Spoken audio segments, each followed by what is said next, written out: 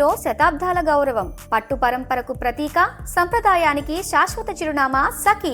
IPL 2026 సీజన్లో వరుస ఓటములతో కుంగిపోయిన Mumbai Indians కు ఎట్టకేలకు ఊపిరి పీల్చుకునే విజయం దక్కింది.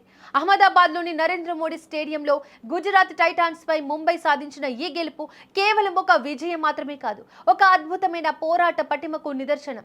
వరుసగా 4 మ్యాచ్ల్లో పరాజయం పాలై విమర్శలు ఎదుర్కొంటున్న తరుణంలో captain Hardik Pandya and co ఆశించిన మ్యాజిక్ మైదానంలో ఆవిష్కృతమైంది. ముఖ్యంగా ఈ మ్యాచ్లో యువ సంచలనం తిలక్ వర్మ ఆడిన ఇన్నింగ్స్ ఐపీఎల్ చరిత్రలోనే చిరస్థాయిగా నిలిచిపోయేలా సాగింది.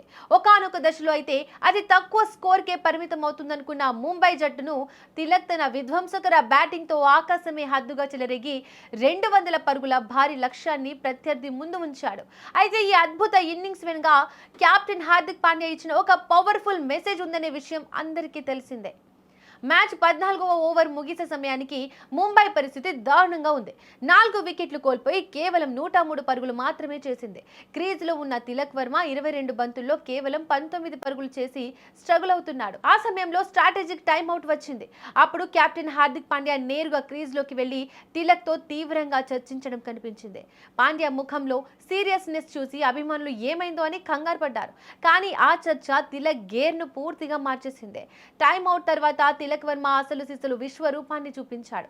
అంతవరకు నెమ్మదిగా ఆడిన తిలక్ ఒక్కసారిగా గుజరాత్ బౌలర్లపై విరుచుకుపడ్డాడు. తర్వాత కేవలం 23 బంతుల్లోనే 82 పరుగులు పిండుకున్నాడు. అంటే అతని హిట్టింగ్ ఏ రేంజ్ లో ఉందో అర్థం చేసుకోవచ్చు. స్టేడియం నలుమూలలా బంతిని బాదుతూ బౌండరీల వర్షం కురిపించాడు.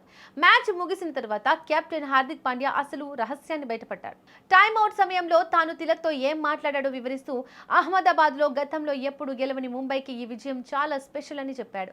తిలక్ వర్మ అద్భుతమైన ప్రతిభావంతుడని, అతను దేని గురించి ఆందోళన చెందకుండా కేవలం బంతిని బలంగా బాదడమే లక్ష్యంగా పెట్టుకోవాలని తాను గట్టిగా చెప్పానని వెల్లడించాడు.